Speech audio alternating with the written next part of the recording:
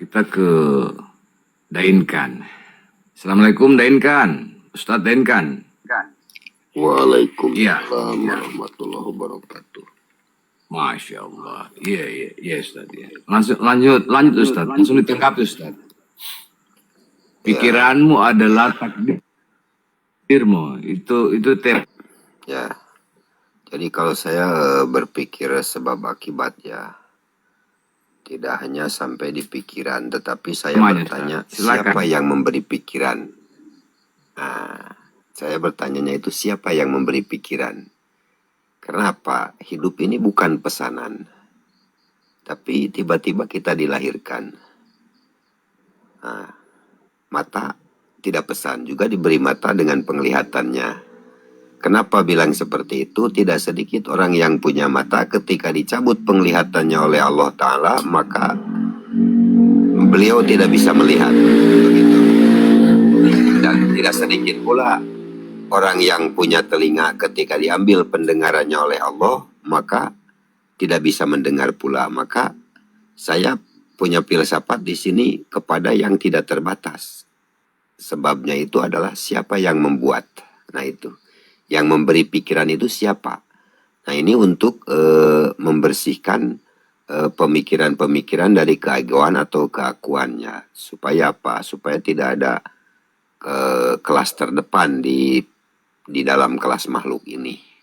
Tetapi semuanya sama rata bahwasannya adalah sebagai makhluk gitu.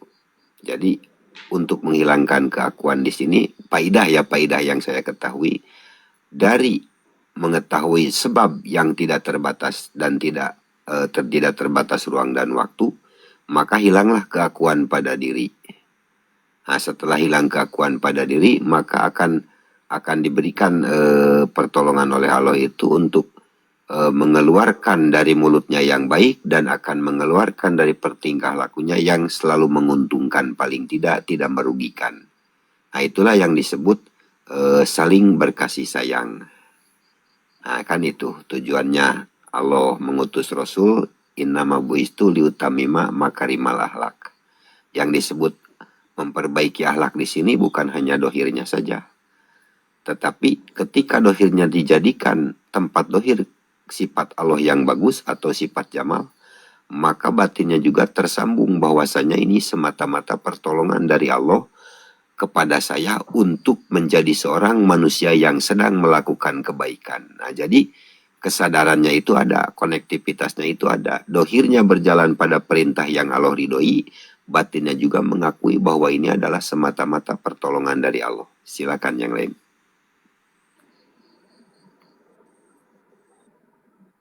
ya Pak. Makasih banyak ini Pak. Kita ke Mbak Iva. Ada Mbak Iva di sini. Mbak Iva Indah. Assalamualaikum Mbak Iva. Mbak Iva. Waalaikumsalam warahmatullahi wabarakatuh. Ya, mungkin punya pendapat. Iya, kedengaran. Silakan Mbak Iva. Kita bebas-bebas aja kan, kita masing-masing punya pendapat, punya pikiran tersendiri. Silakan, mungkin punya pendapat, ada narasi yang lain barangkali supaya kita dapat nilai tambah ini. Pikiranmu adalah takdirmu. Itu temanya. Silakan Mbak Iva. Ya. Makasih banyak atas kesempatan yang sudah diberikan. Iya Mbak, silakan. Allahumma sholli ala sayyidina Muhammad.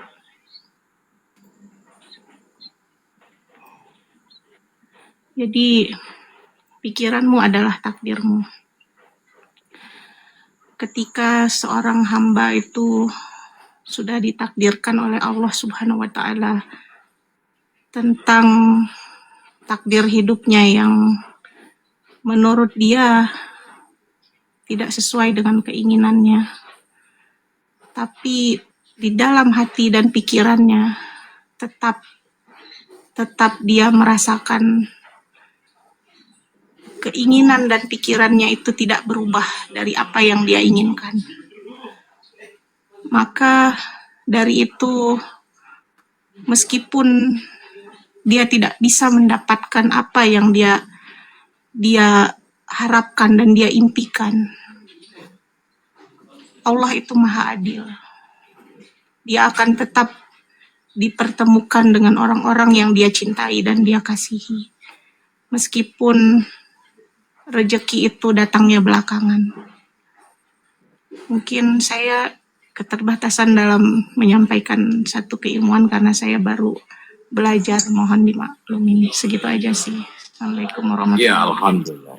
Iya, makasih. Wah, luar biasa ini Mbak Iva pindahin statement yang sangat intelektual ini. Ini asik ini. Ini saya mau ke Pak Abdurrahman ini. Pak Abdurrahman, ada kan bahasa apa namanya? Kalau nggak salah itu lebih kepada tentang fana kalau nggak salah. Jadi fana itu kan dia ada beberapa esepnya guru bilang dibagi 3 kalau nggak salah ya. Ada fana ilmu. Ini kepada ini Pak Abdurrahman ini saya punya SHMH ini saya punya guru ini. Pak Abdurrahman kan bisa dengar Pak Abdurrahman ya? Assalamualaikum Pak Abdurrahman. Iya, saya mau tanya ke Bapak ini. Guru saya bilang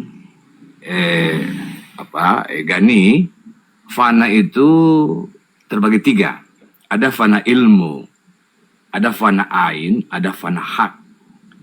Kemudian dia jelaskan di situ fana ilmu itu segala sesuatu itu pada hakikatnya dilihat dari segi ilmu dan pengetahuan Anda. Jadi hubungannya sama dengan tema kita ini kan, akalmu adalah takdirmu kan. Kemudian fana ain, dia katakan fana ain.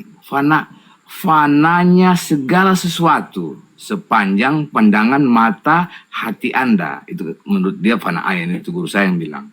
Nanti tolong ditambahkan ya. Kemudian dia bilang fana hak. Fana dalam artian yang sebenarnya menurut dia, fananya diri yang dilihatnya menurut pengertian hakiki. Itu ya. Kemudian dia jelaskan lagi, kelemahan pendapat untuk menemukan Tuhan berarti adalah suatu penemuan. Itu maksudnya bagaimana itu Pak Abdurrahman SHMH? Silakan Pak. Wah, berarti deh. Ya, jangan begitu guru. Bah, saya bukan ini guru. jangan. Ini kita juga mau belajar. Sebenarnya saya ini mau ke Makassar ini. Kita juga ingin mau tanya langsung ini. Kebetulan ada guru. Ya lanjut. Memang tadi sebelum ini malam pertemuan, saya bilang mudah-mudahan saya bertemu sama saudaraku Gani ini.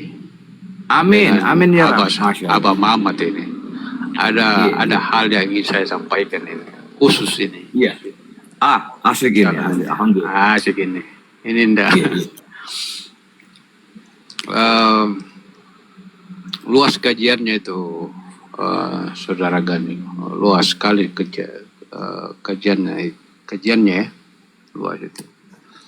Soal fana yang dimaksudkan itu, saya hanya mengambil pokok-pokok fana saja ya, dalam korelasi dengan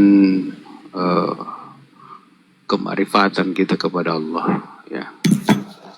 Jadi ada satu ungkapan dikatakan begini, barang siapa yang mengenal dirinya maka fanalah dia, barang siapa yang mengenal Tuhannya maka kekallah bersamanya. Itu ada yang ungkapan seperti itu. Pemahaman pokok tentang fana itu adalah nonaktifnya suatu keberadaan makhluk, sehingga baik pikiran, akal, penglihatan dan sebagainya pun juga ketika fana itu terjadi maka tergantikan kepada apa yang apa sebagai penyebabnya, karena Allah Dia adalah sumber dari segala sebab. Kalau tidak salah al-musabbib al-asbab, dia adalah sumber dari segala sebab. Sedangkan segala sesuatunya itu adalah kausalitas. Hak itu adalah al-haq itu adalah salah satu sifat Allah memfanakan ketika al-haq ya, ketika kita terhubung kepada yang al-haq dalam pengertian ruh, di mana ditandai sebuah keberadaan atau ditandai dengan nonaktifnya segala aktivitas-aktivitas pikiran kita dalam pengertian persepsi, memori, dan sebagainya, itu adalah fana. Jadi tergantikan itu. Ada ungkapan-ungkapan klasik dari orang-orang pendahulu dalam ilmu-ilmu hakikat itu dikatakan, kalau diterjemahkan dikatakan begini, kenali aku. Ketika engkau mengenal aku, maka akan kumatikan, ya, dalam pengertian positif, ya, akan kufanakan. Ketika engkau fana, maka aku gantinya. Jadi kefanaan ini adalah pergantian suatu keadaan dari kemakhlukan menjadi sifat ketuhanan. Itulah fana. Adapun persoalan ain, ilmu, dan hak, itu adalah satu sarana, salah satu aspek dari salah satu pintu-pintu tajalli aspek. Ketika dia fana dalam ilmu, maka ilmu itu adalah menjadi cahaya yang benar. Karena tadinya umpamanya dari ilmu yang bersifat individual seperti persepsi dan sebagainya, kemudian dia berubah menjadi sebuah kesadaran yang bersifat universal, mendalam, sampai masuk kepada ain itu penglihatan dan sebagainya. Fana dalam pengertian al-haq tadi yang kita masukkan tadi itu adalah sebuah sentuhan, ya, terjadi suatu reaksi, ya, terjadi suatu connecting antara jiwa, antara jiwa melalui hati kepada ruh. Maka dia lahir sebuah satu sifat yang hak. Nah, itu yang dimasukkan barangkali yang hak. Jadi kalau tadi ilmu ainun dan hak hanya suatu simbol-simbol keberadaan, lapisan-lapisan ada di dalam diri. Ketiadaan itu adalah ketidaktahuan, adalah sarana tajalli. Maksudnya itu yang saya pahami, bahwa ketika kita melepaskan keakuan kita dengan cara mengalihkan kontrol dan kesadaran itu pada hati, itu sama halnya dengan membuat kita pada keadaan ketidaktahuan, pasif, ya, pasif itu. Dalam kondisi begitu, aktifnya hati membuat pikiran-pikiran menjadi pasif di dalam sebuah keberadaan. Artinya pikiran itu tidak berdiri sendiri, tapi pikiran itu hanya menerima, ya, dalam posisi pikiran akal dalam bagian-bagiannya itu, dalam posisi pasif, itu hanya mengalir menerima saja apa yang terpancar melalui hati. Sehingga kefanaan ini adalah jalan untuk memahami, mengenal, bersaksi kepada Allah.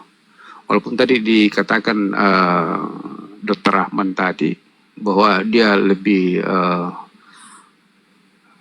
fokus pada pengertian bahwa mengenal daripada menyaksikan, itu bisa saja. Tapi saya lebih condong menggunakan kata penyaksian, ya. Sama halnya kalau ditanya, segala apa kalau dianalogkan bahwa pandangan itu adalah sebuah ruang dan waktu, berarti jarak. Kalau ada yang memandang, berarti ada yang dipandang. Maka pandangan ini adalah tetap merupakan ruang dan waktu. Maka yang berfungsi adalah penglihatan. Dari ujung daripada penglihatan adalah sebuah pemahaman, itu bisa benar. Lalu muncul pertanyaan, bagaimana dengan seperti keberadaan tentang nyawa kita, roh yang ada dalam diri kita? Apakah kita bisa lihat? Maka jawabannya tentu tidak bisa kita lihat. Tapi kita menyadari bahwa kita bersama, kita hidup dengan ruh. kita menyadari, kita hanya menyaksikan gejala-gejala sebuah aktivitas, suatu aktivitas daripada ruh. Sehingga saya katakan roh ini bisa dikatakan sebuah ontologis, tapi tidak dapat dinarasikan sebagai sebuah objek yang berada pada ruang dan waktu sebagai entitasnya atau sebagai hakikatnya.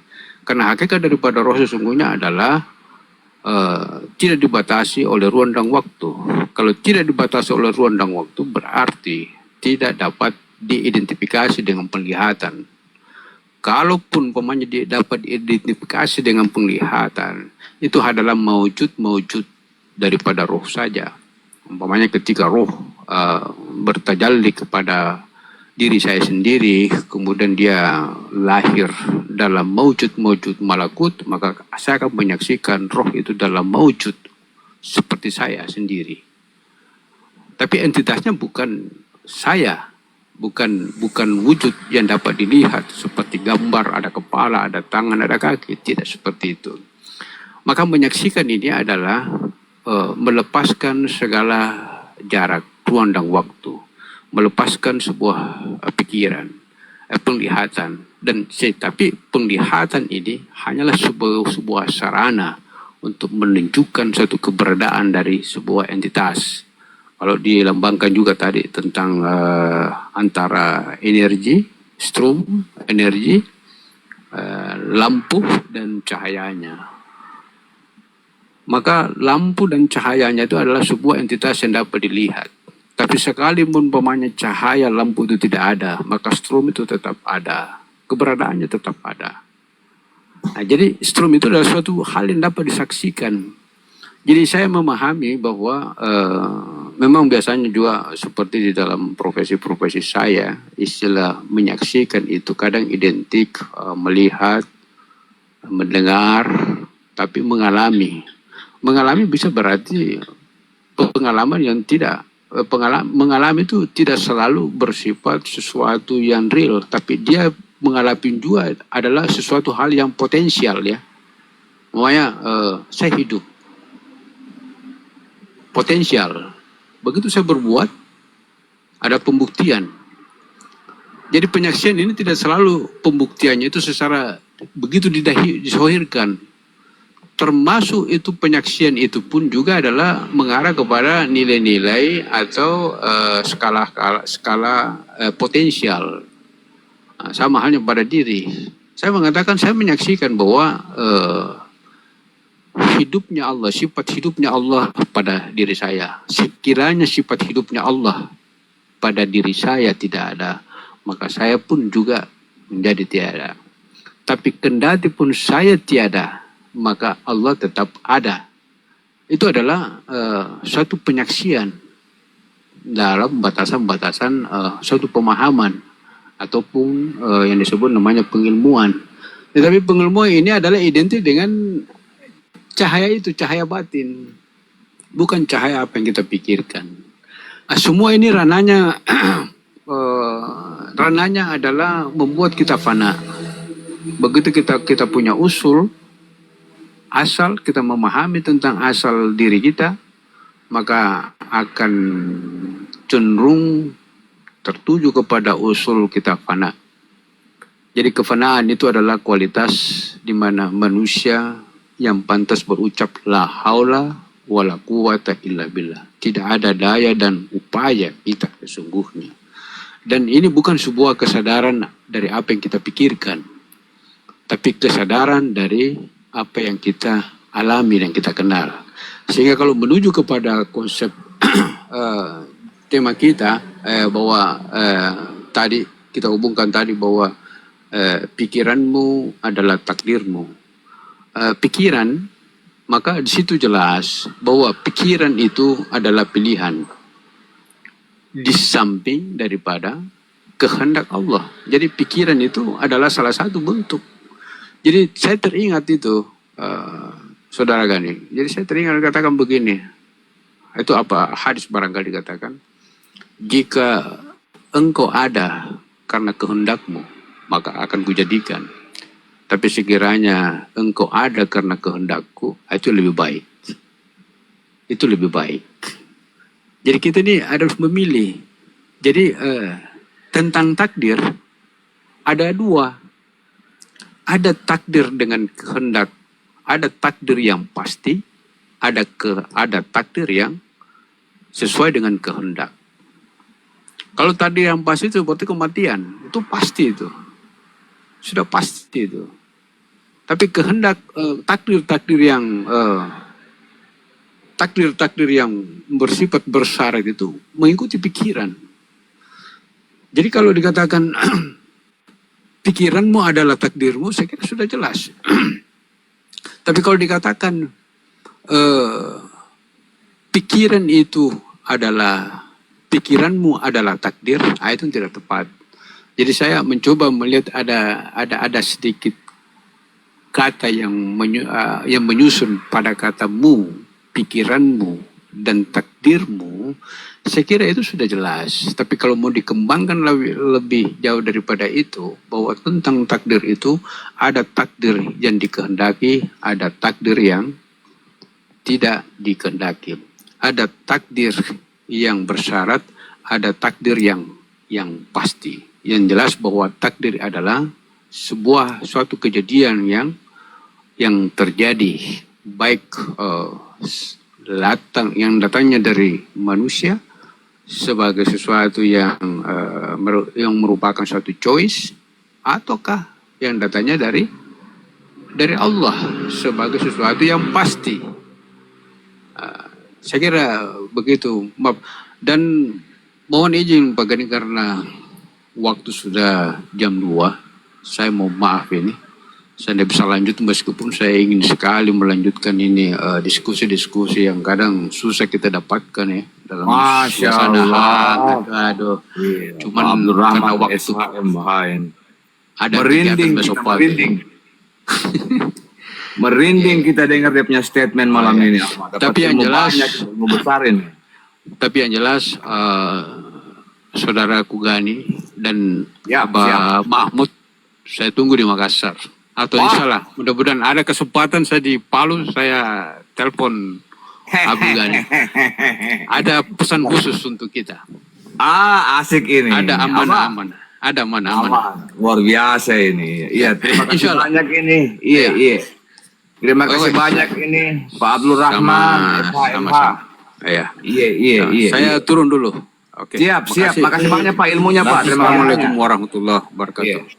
Waalaikumsalam warahmatullahi wabarakatuh. Nanti Pak Dokter, saya bisa DM Pak Dokter ya. Siap. Iya. Ini ada saudara kita ini Pak. Oh, supaya nanti saya tanyakan Pak ya. Maksudnya di sini bebas Pak, siapa saja bisa berpendapat. Saya lanjut ke Pak Dokter Rahman. Ini Pak Dokter atau Pak Dokter ini? Minta maaf ini, Pak Rahman. Dokter ya? Dokter, ya. Baik. Saya sempat tadi dengar. Saya di Makassar, saudaraku. Oh, di Makassar? Sekarang. Oke. Baik, Pak. Tadi saya di Palu, tapi anak sekolah di sini. Saya di Makassar sekarang. Di Antang. Siap. Iya, siap, Pak, siap. Tadi kan sempat Bapak mengutip tentang rasa. Jadi sempat saya terngiang-ngiang itu, saya punya Habib bilang ada 3 kalau tidak salah pembagian rasa itu. Ada rasa yang terperi, rasa yang terperikan, atau yang ketiga rasa tajalli. Nah, kemudian dia sambung lagi, ada rasa jasmani, rasa ruhani, rasa nurani. Itu Habib saya bilang. Kemudian dia jelaskan apa itu rasa jasmani. Dia jelaskan rasa seperti misalnya manis, pahit, asam, asin, kemudian sebagainya. Seperti itu yang dia jelaskan Habib. Kemudian dia bilang rasa ruhani itu apa Bib? Dia bilang rasa gembira, sedih, bingung, rasa tenang dan sebagainya. Oh, terus nurani Bib? Dia bilang seperti rasa kebenaran, rasa bertuhan. Oh, nurani itu dia bilang rasa kebenaran, rasa bertuhan. rasa free, bebas, atau rasa yakin dan sebagainya, begitu. Mungkin Pak Dr. Rahman bisa jelaskan itu apa namanya, dia punya narasi lebih dalam lagi tentang rasa itu. Silakan Pak. Oke, terima kasih. Tadi, Assalamualaikum warahmatullahi wabarakatuh. Waalaikumsalam warahmatullahi wabarakatuh.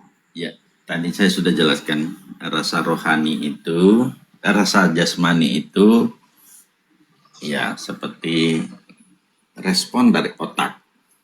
Jadi kalau dicubit ya sakit, kalau makan ada asam, ada manis, ada itu rasa jasmani. Itu respon dari ada bisa diilmiahkan karena memang dalam tubuh itu sudah ada sistem yang mampu mengidentifikasi contoh warna merah contohnya ya, bukan rasa di sana. Mendengar bagaimana bisa membedakan suaranya si A, si B, si C itu karena ada memori di otak. Rasa pun demikian, respon dari lahiriah. Nah, respon batin itu tadi karena respon dari kalbu sehingga ada kesal, ada senang, ada tenang, ada nyaman, ada benci, ada rindu, ada cinta, di sana ada. Itu respon batin. Nah, sesuatu yang terjadi rasa di mana tidak dalam konteks jasmani dan rohani, kita tidak kapasitas merespon. Kita dalam posisi nol. Tidak memikirkan apa-apa, artinya respon lahiriah tidak ada, hati pun dalam keadaan tenang. Tidak terjadi suatu buruk sangka, tidak terjadi suatu hasad, tidak terjadi suatu keinginan mengingat sesuatu, tidak ada sesuatu yang terjadi, tetapi rasa itu muncul. Nah, inilah yang saya sebut respon al-haq nurani. Sehingga suatu ketika begini, saudaraku, saat perjalanan di Kota Palu ini, itu saya dibisiki, bukan hanya rasa, tapi memang suara, kau harus belok kiri, jangan terus, belok kiri. Apa artinya ini? Kalau tapi saya tidak ikuti, saya tidak ikuti. Saya tetap mengikuti logika saya waktu itu. Padahal ini sudah terconnecting sebenarnya. Apa yang terjadi? Jalanan buntu karena ada pengantin. Akhirnya saya balik ulang mengikuti jalur yang diperintahkan tadi.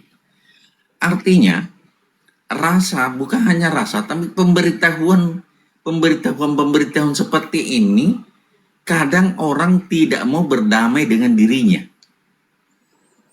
Kadang orang ingkar dengan dirinya, membangkang dengan nuraninya.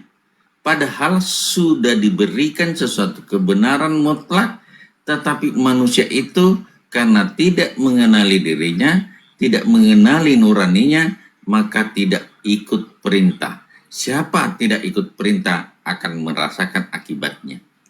Nah, seperti itu saudaraku dalam perjalanan. Ini dalam perjalanan spiritual seseorang. Makanya ini bukan suatu yang harus diberikan, tapi ini pemberian. Bukan sesuatu yang dipelajari.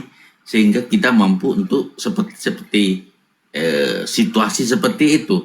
Tapi perjalanan hidup kita, perjalanan spiritual masing-masing orang dalam menjernihkan kalbunya, sehingga terconnecting, sehingga ada pepatah. Guru saya mengatakan begini, guru mursyid saya, alangkah zalimnya Allah jika ingin menjatuhkan suatu hukuman atau memberikan suatu rezeki tidak diberitahukan sebelumnya.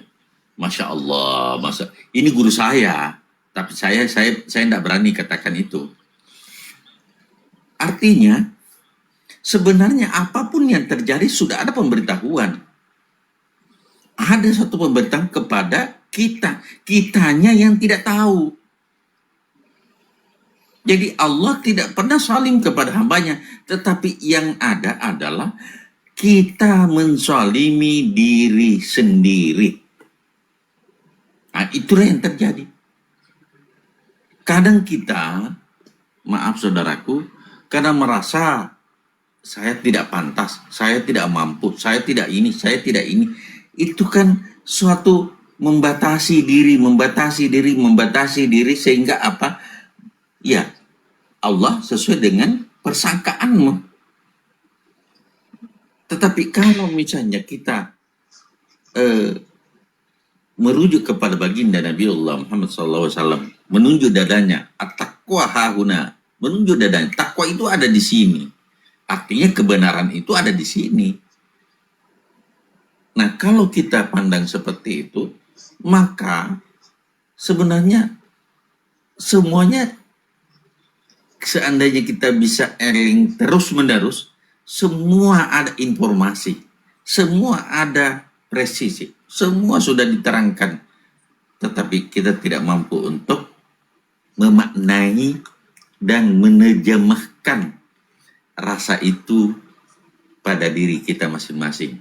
Jadi ini harus melewati suatu episode perjalanan sehingga pada kondisi tertentu terjadi begini, hasilnya seperti ini. Terjadi begini, hasilnya seperti ini. Itulah perjalanan spiritual seseorang. Apabila mampu untuk senantiasa istiqomah dan terus-terus baqa billah, senantiasa tidak pernah lepas hatinya dalam zikrullah, maka apa yang disampaikan tadi saudaraku, bahwa itu selalu ada penyampaian kepada hambanya, karena Allah tidak pernah menzalimi hambanya. Itu pemahaman mursyid saya, dan mursyid saya begini. Contoh kasus, suatu ketika tiba-tiba bilang begini, kok ada pesawat mau jatuh ya? Pesawat mau jatuh. Betul, dalam waktu tidak lama pesawat jatuh, tertabrak bulu 2 sopeng. Apa? Jadi apa ya? Bukan hanya dalam wilayah rasa, tetapi memang sudah terjadi suatu komunikasi antara hamba dengan sama penciptanya. Nah, inilah konsep-konsep seperti ini mungkin, tapi tidak sampai, mohon maaf saya tidak mampu mengambil semua ilmu dari guru saya. Guru saya sudah berpulang ke rahmatullah dan saya pindah ke Palu, sehingga pelajaran itu tidak berlanjut, tapi minimal bahwa selama ini alhamdulillah sudah banyak yang bisa saya jadikan pelajaran dalam perjalanan hidup saya. Kalau di dalam mengatakan tidak, saya tidak laksanakan. Kalau di dalam mengatakan ya, saya laksanakan. Itulah sering saya jadikan pelajaran. Ada satu kasus lagi, saya ada orang sakit kepala 2 tahun. Begitu saya tindis tempat sakit kepala 2 tahun ini, tindis sakit kepalanya itu keluar jinnya, menyerupai tubuhnya. Jinnya ini marah. Maka apa yang saya lakukan? Saya tunduk, bertanya kepada diri sendiri. Jawabannya apa? Itu yang saya laksanakan. Masya Allah, begitu ada pemberitahuan dari dalam, saya laksanakan, maka jin itu hancur. Nah, di sini komunikasi. Maka diri ini adalah guru sejati. Diri ini adalah guru sejati dalam perjalanan spiritual menurut pemahaman saya. Diri ini adalah guru sejati dalam perjalanan spiritual. Kalau kita sudah mampu, insya Allah semuanya akan terjawab. Sama dengan panah tadi. Kalau sudah, apa yang dibilang tadi Abdurrahman, sama dengan ilmu bugis. Kalau nareko, mesuko mita tajang, keluar melihat dunia ini, carilah saya, carilah aku. Bila engkau mendapatkan aku, maka aku menjadi gantimu. Artinya, orang-orang yang fana itu bisa memahami yang tidak bisa menjawab seluruh pertanyaan yang sebenarnya secara akal tidak bisa dijawab. Itu fana billah. Apapun pertanyaan dia bisa jawab, karena dia sudah tergantikan. Itulah tingkat fana billah. Artinya dia sudah rusak dirinya, arti hilang dirinya, yang masuk adalah sifat keilahian. Seperti itu saudaraku. Saya kira begitu. Rasa ya secara singkat tentang fana. Makasih. Masya Allah, Dokter Rahman ini asik ini karena beliau ini seorang dokter. Begini Pak Dokter, sebelum saya menyapa ada Andi Zara sama Rahimila ya. Oh ada Hak Edi, Hak Edi, assalamualaikum. Saya sapa dulu mereka Pak ya. Hak Edi, assalamualaikum. Waalaikumsalam warahmatullahi wabarakatuh, Pak Guru. Silakan. Jangan begitu deh. Iya. Saya sapa dulu ada Ibu Andi. Ibu Andi, selamat bergabung lagi. Iya, ada Rahimila, assalamualaikum. Waalaikumsalam warahmatullahi wabarakatuh. Iya, asik ini diskusi kita ini. Ada Dokter Rahman ini. Saya lanjut ke Dokter Rahman ini. Dokter Rahman, ada seperti apa ya? Seperti, boleh juga dibilang kajian. Nah, kemudian digambarkan begini. Menurut saya punya Habib, Gani, makom tertinggi itu adalah rasa. Tadi kan sudah Pak Rahman jelaskan kan ada kisi-kisi rahma, baik tentang rasa itu kan ada beberapa tingkat. Kemudian dia bilang ada rasa yang Allah turunkan ke bumi itu kepada semua manusia. Dia bilang rasa itu namanya rasa nikmat. Kemudian ada juga rasa yang diturunkan ke bumi namanya rasa lesat. Jadi ada dua rasa ini. Ketika dua rasa ini bertemu, terjadi ledakan yang begitu dahsyat. Nah, kemudian dia gambarkan, rasa nikmat itu adalah ketika kita bersetubuh dengan istri kita. Dia bukan di yes no ya, tapi di sepersekian detik. Kan ini Pak Rahman dokter ya. Di sepersekian detik waktu dia keluar itu loh.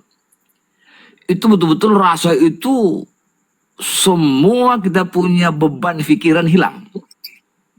Di sepersekian detik itu nanti Pak Rahman lebih jelaskan detailnya, lebih menerangkan itu. Bahkan dia gambarkan begini, ada hewan itu seperti laba-laba. Ketika dia ingin beregenerasi, dia pertaruhkan nyawanya. Cuman karena ingin merasakan rasa itu, rasa yang nikmat yang sepersekian detik itu, taruhan nyawanya. Ada juga ikan, dia bilang, ikan di laut yang lepas, saya lupa jenis ikannya itu, sama. Ketika dia ingin beregenerasi, itu dia juga pertaruhkan nyawanya. Maksudnya si jantan tadi, kalau kita bicara hewan yang jantan tadi, dia pertaruhkan nyawanya untuk bisa merasakan rasa itu. Betapa anunya dia bilang rasa itu, keinginan yang tidak bisa yang begitu tinggi. Makanya saya punya Habib bilang rasa itu makam yang tertinggi. Nah, di Eropa di zaman-zaman kerjaan itu dua rasa ini dia pertemukan. Misalkan dia buat perjamuan yang mewah, makan-makan, minum-minum, maksudnya rasa lezat. Makan kan lezat, minum kan. Kemudian dia panggillah si dayang-dayang apa ini, putri-putri pelayan ini. Terjadi dua rasa tadi itu. Dia sementara menikmati, dia sementara merasakan lezatnya makanan dan minuman.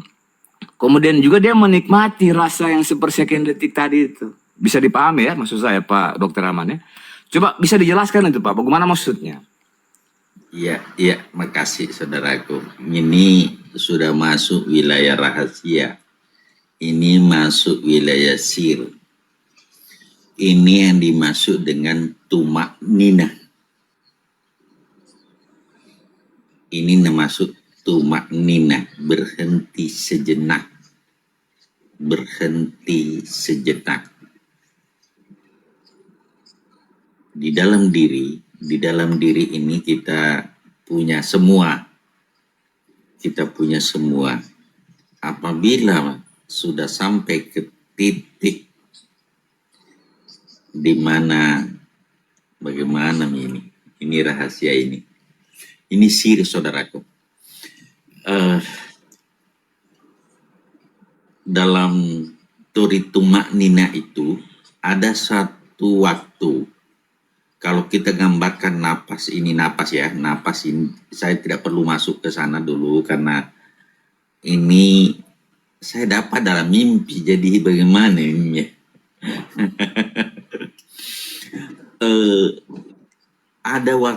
Ada satu sekat di mana tidak masuk, tidak keluar, tidak naik dan tidak turun. Di situ ada waktu sedikit. Ini pemahaman. Makanya dalam konteks salat itu, tumak nina itu adalah kenikmatan. Tumak nina itulah adalah kenikmatan sesungguhnya.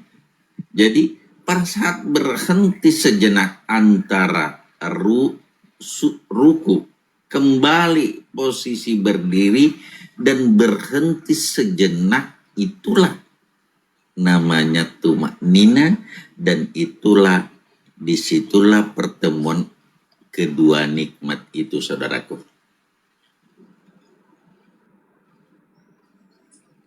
Kalau dalam konteks lari ke dalam,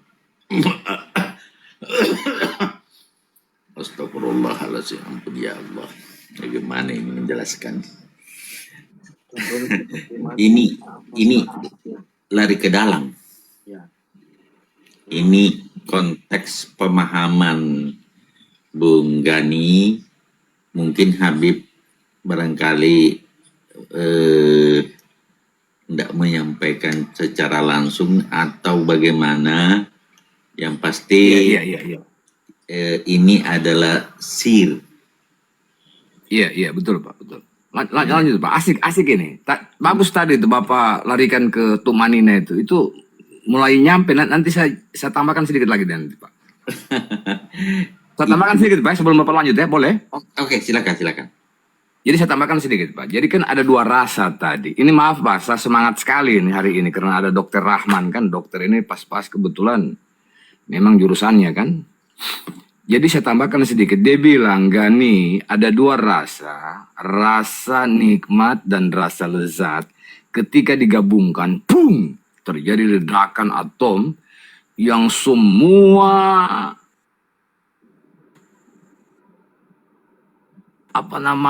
kenikmatan, kelezatan itu menjadi satu. Nah, terus dia bilang begini, coba kau praktekkan di dalam sholat. Begitu saya punya Habib bilang. Ketika kau takbir, itu kau artikan itu Allahu Akbar tadi. Betul-betul dengan hati, dengan pikiran yang, pemahaman yang dalam. Jadi dia antar ke situ ya Dokter Rahman. Tadi Dokter Rahman bilang tadi kan tumanina. Nah, coba dijelaskan Pak, saya cuma tambahkan sedikit saja. Iya, maksudnya dia selalu lari ke sholat. Oke. Tadi kan Pak Rahman sudah jelaskan sedikit itu. Iya. Bahwasanya kalau kita bawa ke sholat dua rasa tadi, rasa nikmat dan rasa lezat, maka apakah ledakan yang dia maksudkan itu seperti itu yang untuk tumanina tadi? Silakan Pak Rahman. Ya, kalau larinya ke takbir maka tempatnya di hu. Hu itu hilang. Tetapi tidak lagi terucap itu kalau kita sendiri. Tapi kalau kita jadi imam, jangan timbul fitnah, tetap harus kita lafazkan. Allahu Akbar. Tapi kalau kita sholat misalnya sendiri, Allah, kemana hu itu? Hu itu sudah kita dalam keadaan hilang sebentar, kita panah, dan hu meliputi segala sesuatu tanpa batas. Baru kembali kepada akbar. Itu hakikatnya dalam memaknai kalimat Allahu Akbar. Di situ puncak kenikmatannya, saudaraku.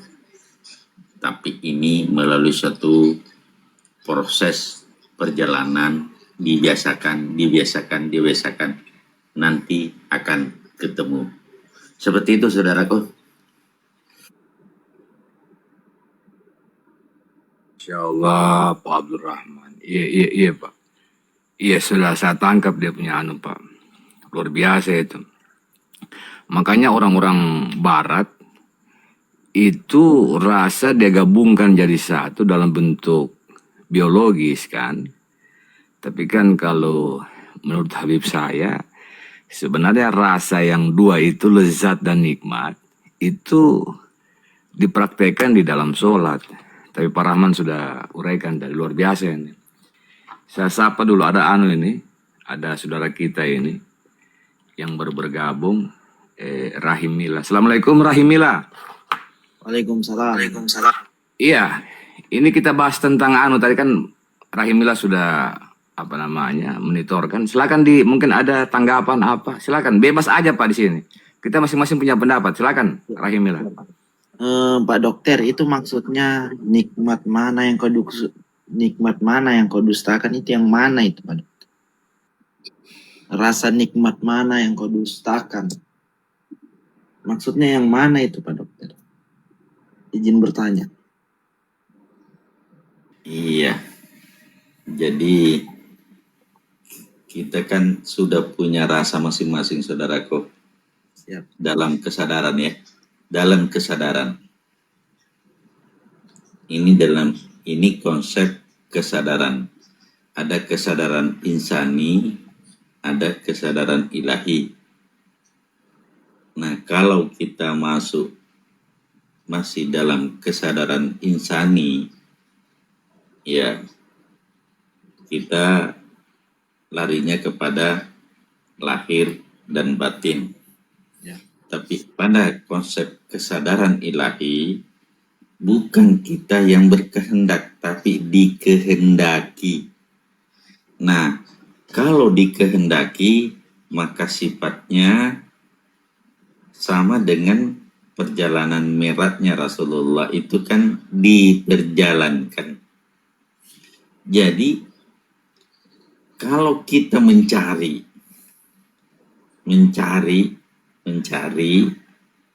saya kira sulit untuk kita menemukan. Tapi kalau kita diberikan, itulah bentuk kasih sayang Allah kepada hambanya, saudaraku. Nikmat itu kalau kita mau jabarkan dalam aspek apa, nikmat apa yang nikmat hidup, nikmat apa banyaknya. Nikmat apa yang maksud Pak Rahim ini? Mohon di nikmat insani atau nikmat ilahi ya? Ya, izin Pak Dokter Tabe. Silakan saudara. Ini yang ada di surah Ar-Rahman ayat 13. maka nikmat mana Tuhanmu, manakah yang kamu dustakan?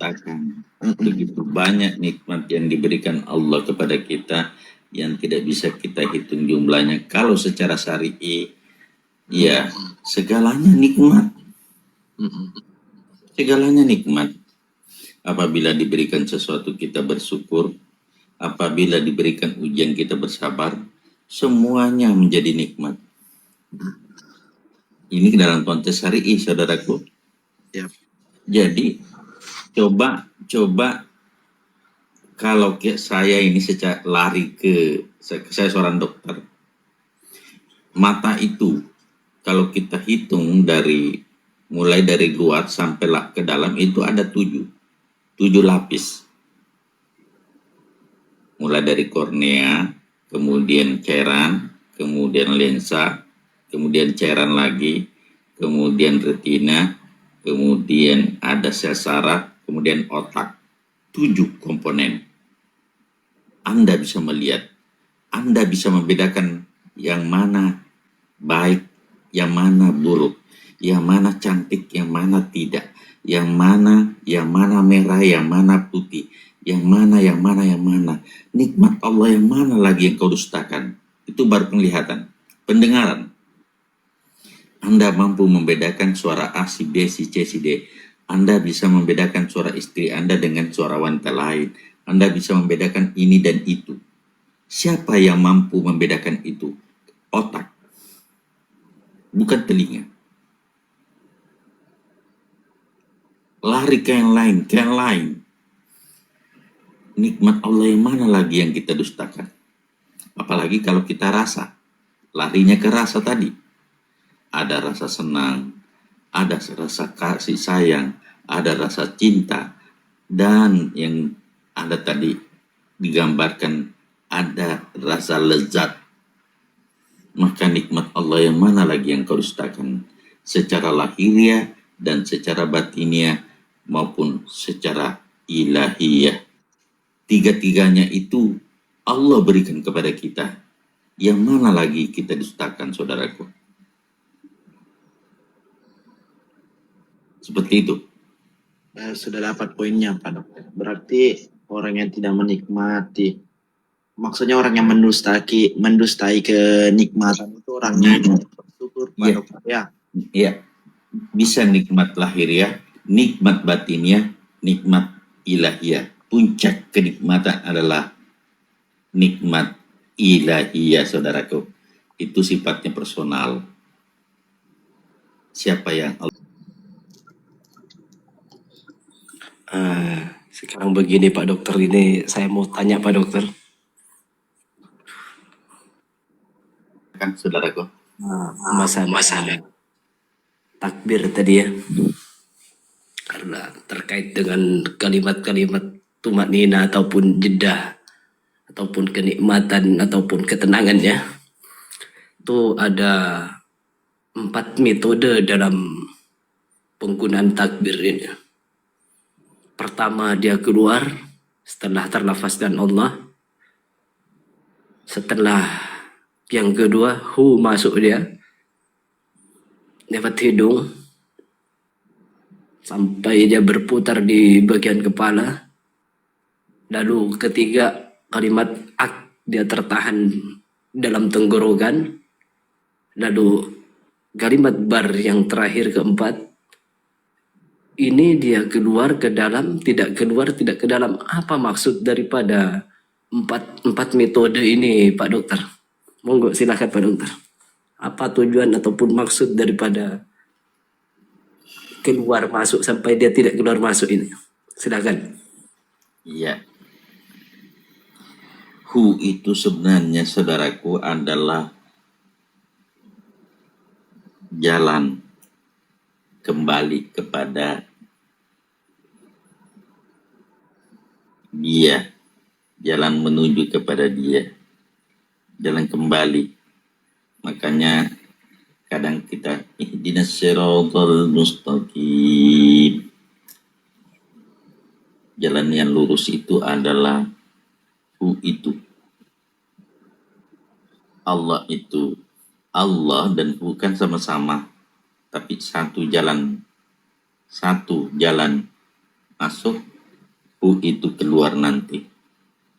Sebenarnya kalau secara praktek nanti akan keluarnya di ubun-ubun, saudaraku. Hu itu akan di sana. Nanti kalau sudah ini perjalanan akan ini jalan. Apa yang tadi saudaraku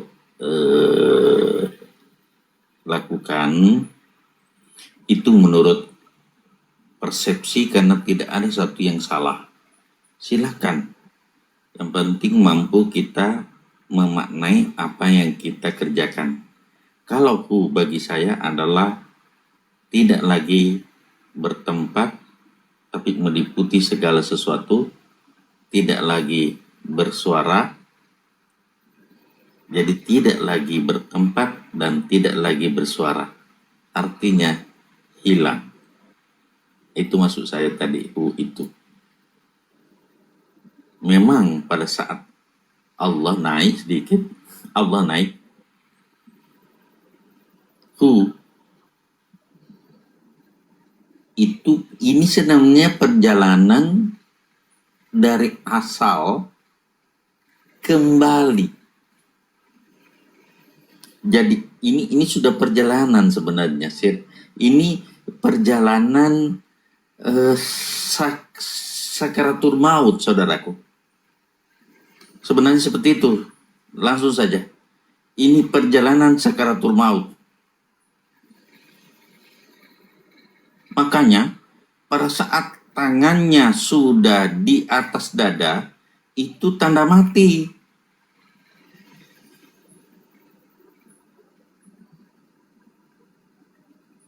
Makanya ada orang itu takbir sudah langsung tangannya di atas dada.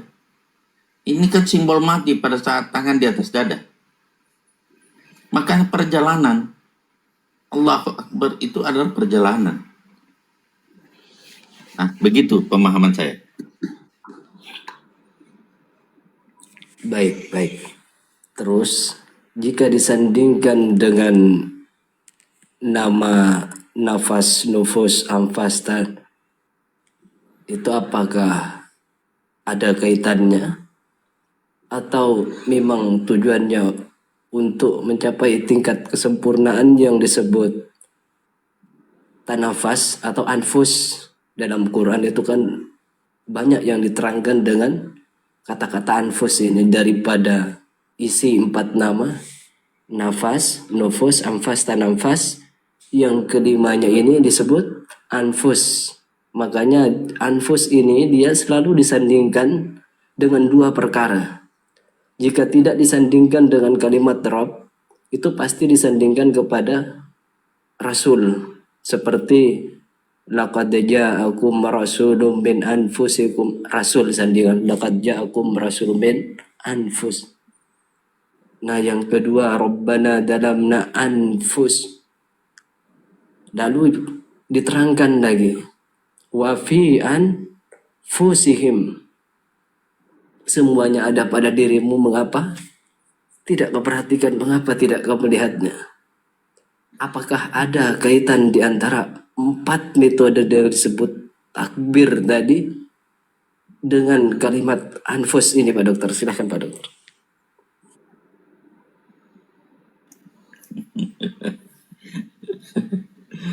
Subhanallah, ini sudah tingkat apa yang kita bahas ini? Masya Allah, ada jantung di dalam, ada napas, ada ruh. Jadi kalau memang pemahaman saudaraku Tabe Raja Wali, saya tidak kapasitas untuk memaksakan apa yang saya pahami untuk menjadi rujukan bagi saudara. Tapi saya berharap apa yang saudara pahami tentang itu, silahkan itu yang dilaksanakan. Karena masing-masing guru memberikan penjelasan yang berbeda-beda terhadap sesuatu. Ini sudah masuk ke tingkat betul-betul dalam. Betul-betul dalam sekali sudah.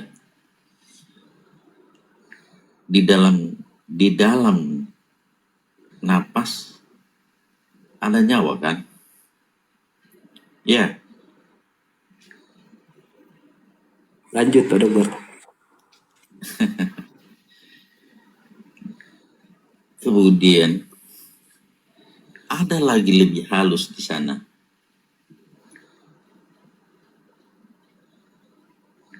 Itulah yang tidak pernah keluar dan tidak pernah masuk.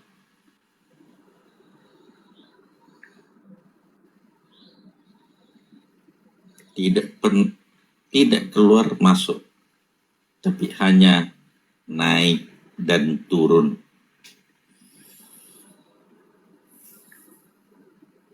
Maka saya belajar di situ. Saya belajar di situ. Ampus, saya belajar di situ, saudaraku.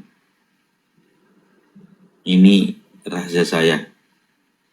Silahkan saudaraku mencari sendiri. Tidak yang keluar masuk, tapi yang naik turun. Ya, sampai di situ aja dulu. Jangan diteruskan, bahaya. Saya juga. Baik. Sudah cukup. Pak Dokter masih ingat saya kan? Ningge di.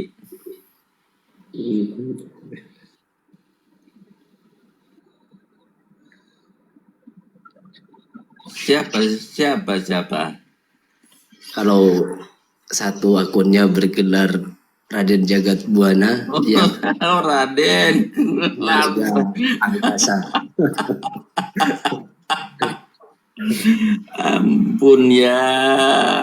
Saya asik menyimak dari awal. Aduh saudaraku. Siapa lagi nama satu akun pertama? Bang Naga.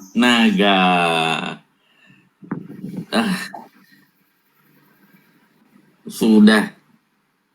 Alhamdulillah saudaraku. Aduh. Kenapa saya buka itu? Biar terdengar sekali-sekali begitu. Biar melebar semakin terbuka terus.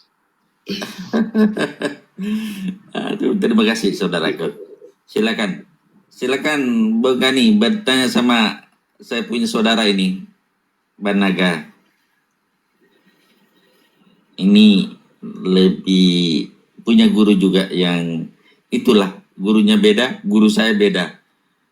Jadi tetapi insya Allah pada konteks dalam pemahaman ya larinya ke sana Bu Naga ya, saudara Raja Wali. Sama. Alhamdulillah. Terima kasih banyak saudaraku.